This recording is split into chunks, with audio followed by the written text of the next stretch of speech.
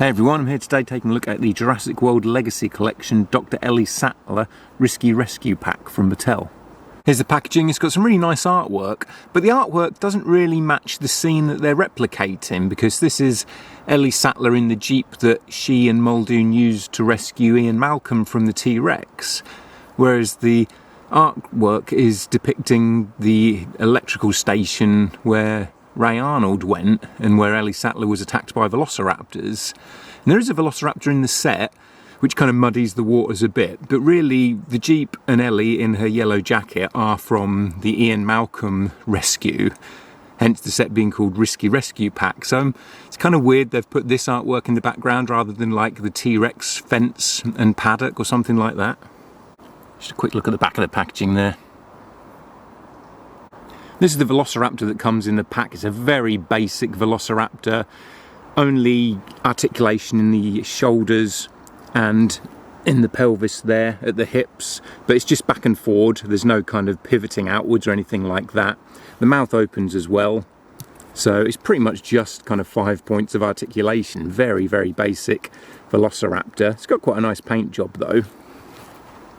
If you put this one with the velociraptor that came in the Lex and Tim kitchen set and the velociraptor that came with Ray Arnold, which had that computer console or electrical station with him, we do now have a complete set of Legacy Collection velociraptors that have all got a slightly different paint job. In the film they pretty much look the same to me, but I like that these three do all look a bit unique from each other. And I guess they are all based on the designs from the original film. Maybe if we've got some stills of those velociraptors, we'd see that some of them were ever so slightly differently coloured like these are. Like this one's a very grey one with brown on the back, whereas these two have got more of a yellowy pattern to them. So it's nice that we do now have a complete set of Legacy Collection Jurassic Park velociraptors, even if they are a bit random, the way this one was thrown into this pack. But I guess one of Ellie Sattler's main action scenes was with the velociraptors in that electrical power station, so it kind of makes sense to have a velociraptor in the pack. For a simple figure, it's actually got quite a nice sculpt and paint job though. It is kind of brown along the back, pale underneath. The colours are nicely faded together as well. And next up we've got Ellie Sattler herself in the yellow jacket. I actually haven't had an Ellie Sattler figure before from Mattel. They've always been quite difficult for me to get hold of. So it's nice to finally have a version of her. And I do quite like the yellow jackets in Jurassic Park. Yellow rain jackets have now become something that feel quintessentially Jurassic Park to me. I really should get myself one.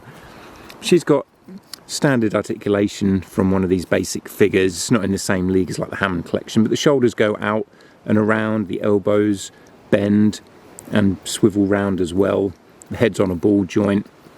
The jacket's rubbery, so it doesn't really get in the way of the leg articulation at all. You know, they can split out to the side like that if you'd want them to. They go out. Knees bend, swivel round.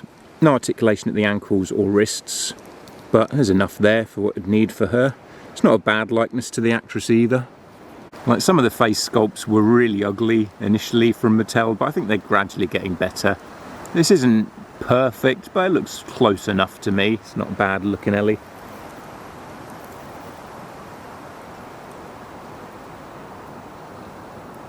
And she's kind of in her iconic pink and blue top, you know, the blue t-shirt underneath the pink shirt and her shorts, but with that yellow jacket over the top. And here's the main draw of the set, JP10. This is the Jeep that Ellie and Muldoon used to rescue Ian Malcolm from that T-Rex scene. You can see it's got this mud effect along the bottom, which I quite like. I wouldn't have liked it on all the Jeeps, but it's nice to have it on one just to kind of differentiate it a bit more from the other two Jeeps we've already had.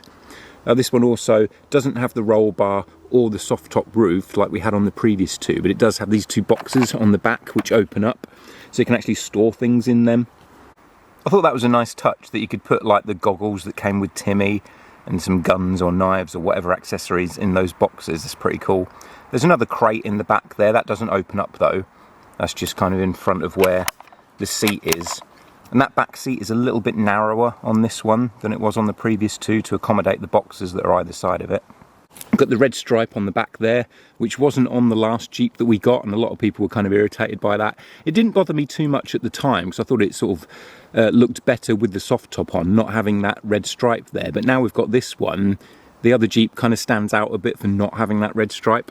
So it's got the wing mirrors, and the tyre on the back, which are things that we didn't have on that original Jeep JP18 that we got.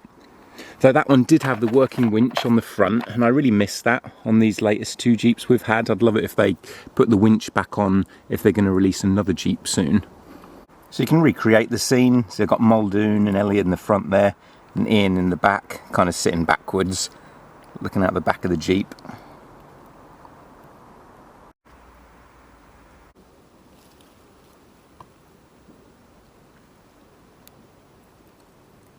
So here are the three Jeeps together. It's nice to build up a fleet of these, but that all look different from each other. I think the only Jeep that appeared in the movie we haven't had yet now is JP29, I think it was, that appeared in the same scene as JP18, and it looked pretty much identical in the film. But I think they could release that, and it would give them a chance to re-release that roll bar Jeep, which I think might be a bit rare now because it came out quite a few, like 6 years ago, but they could improve it a bit so it's not exactly the same mould they're releasing.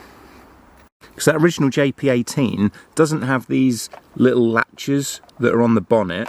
It's only a small detail, but the main things missing are the wing mirrors. There's no wing mirrors on that, and we've had wing mirrors on JP10 and 12, as you can see there. But also, there's no tyre on the back of this one, like there is on the other two. So it'd be really cool if they did release JP29. Maybe it could come with like a generic park worker or one of the Jeep drivers or something, and the Dilophosaurus that doesn't have a frill on its neck that came in that Ian Malcolm glider pack. So it'd be nice to get a re-release of that, because I mean they stuck a Velociraptor in with JP10, even though Velociraptor wasn't really in a scene with that Jeep, so they could stick a Dilophosaurus in with JP29. I don't think it would matter, just to put a human and a dinosaur in the pack. But it would be really nice to get that. So we've got all the Jeeps that appeared in the film, and this Jeep here with the roll bar, but with the little latches on the bonnet, the wing mirrors and the tyre on the back, the improvements that Jeeps since have had. Such a shame they don't put the working winch on the Jeeps anymore. It looks so much better than that moulded one. See, the plastic's a little bit lighter around the bumper on this one.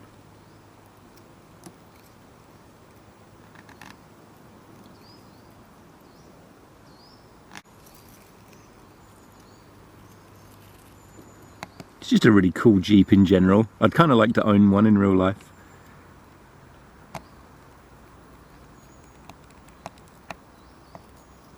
As well as having that cool winch, the first Jeep we got is the only one that's got the grille painted black.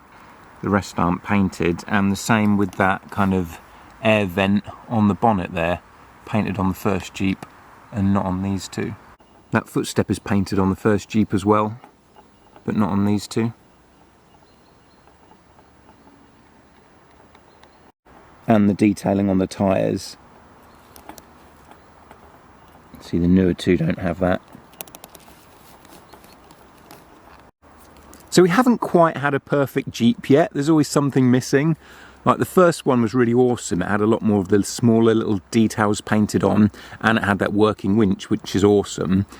But the Jeeps we've had since have lost some of the paint detail, but they have got the tyre on the back and the wing mirrors and that. So I think JP29 would be a chance for Mattel to release like the perfect Jeep with all the paint details and the winch from JP18, but the added details, the sculpted details of the wing mirrors and the tyre and all that from JP12 and 10. Thanks for joining me for this look at the Ellie Sattler Risky Rescue pack. I'm really loving these Jeeps. It's so cool building up a fleet of them. Anyone else think they'd like a JP29? That roll bar Jeep, but with some of the improvements like the tyre on the back and the wing mirrors, or is it just me? Let me know in the comments below. Thanks for watching, and I'll catch you again soon.